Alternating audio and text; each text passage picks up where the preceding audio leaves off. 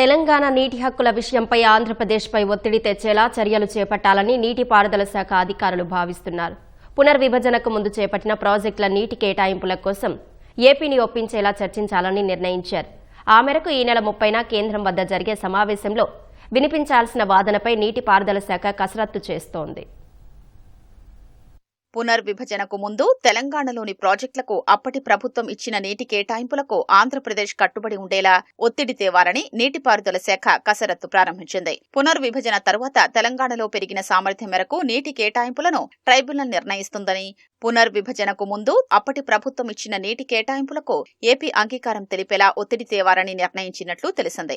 రెండు రాష్ట్రాలకు మధ్య జలవనరులకు సంబంధించిన అంశాలపై కేంద్ర జలసంఘం చైర్మన్ నేతృత్వంలో ఏర్పాటైన కమిటీ మొదటి సమావేశం ఈ నెల 30న జరగనుంది. ఈ సమావేశం ఎజెండా ఖరారుకే పరిమితమయ్యే అవకాశం ఉన్నా పునర్విభజనకు ముందు జీవోలు ఇచ్చి చేసిన కేటాయింపులపైనే మొదట ఓ అంగీకారానికి రాగలిగితే పాలమూరు, రంగారెడ్డితో సహా కృష్ణా బేసిన్లోని ప్రాజెక్టులను పూర్తి స్థాయిలో వినియోగంలోకి తేవచ్చనే అభిప్రాయంతో ప్రభుత్వం ఉందని నీటిపారుదల శాఖ వర్గాలు తెలిపాయి. పునర్విభజనకు ముందు కల్వకుర్తిని 25, నెట్టెంపాడు 22, ఎస్ఎల్బీసీ 3, కోయిల్ సాగర్ను 3.9 టీఎంసీలతో చేపట్టారు. పాలమూరు, రంగారెడ్డి ప్రాజెక్టుకు జూరాల నుంచి నీటిని తీసుకునేలా 70 టీఎంసీలతో, కొడంగల్ ఎత్తిపోతలను 7.1, డిండి ఎత్తిపోతలను 30 టీఎంసీలతో చేపట్టేందుకు పునర్విభజనకు ముందే అప్పటి ప్రభుత్వం ఉత్తర్వులు జారీ చేసింది.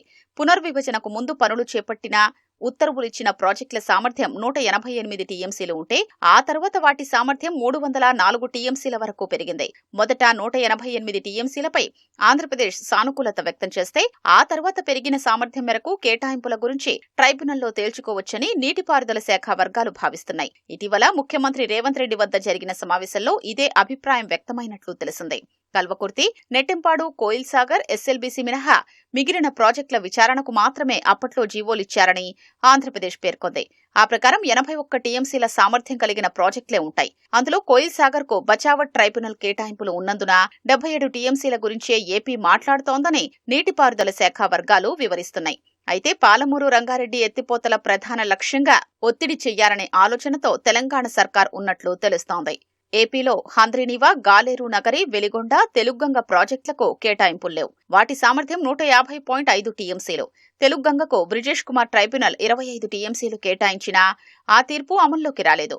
ప్రస్తుతం రెండు రాష్ట్రాల వాదనలు వింటున్న ట్రైబ్యునల్ ముందు ఆ అంశముంది. పునర్విభజన చట్టం ప్రకారం నిర్మాణంలో ఉండి పూర్తి చేయాల్సిన ప్రాజెక్టుల్లో కల్వకుర్తి, నెట్టెంపాడు, ఎస్ఎల్బీసీ, హంద్రీనీవా, గాలేరు నగరి, వెలిగొండ, తెలుగంగ ఉన్నాయి. పాలమూరు, రంగారెడ్డి ఎత్తిపోతల, కొడంగల్ సహా కృష్ణా బేసిన్లోని ప్రాజెక్టుల విషయంలో ఆంధ్రప్రదేశ్ సానుకూలంగా స్పందిస్తేనే మిగిలిన అంశాలపై చర్చల గురించి ఆలోచించాలనే అభిప్రాయంతో తెలంగాణ ప్రభుత్వం ఉన్నట్లు తెలుస్తోంది.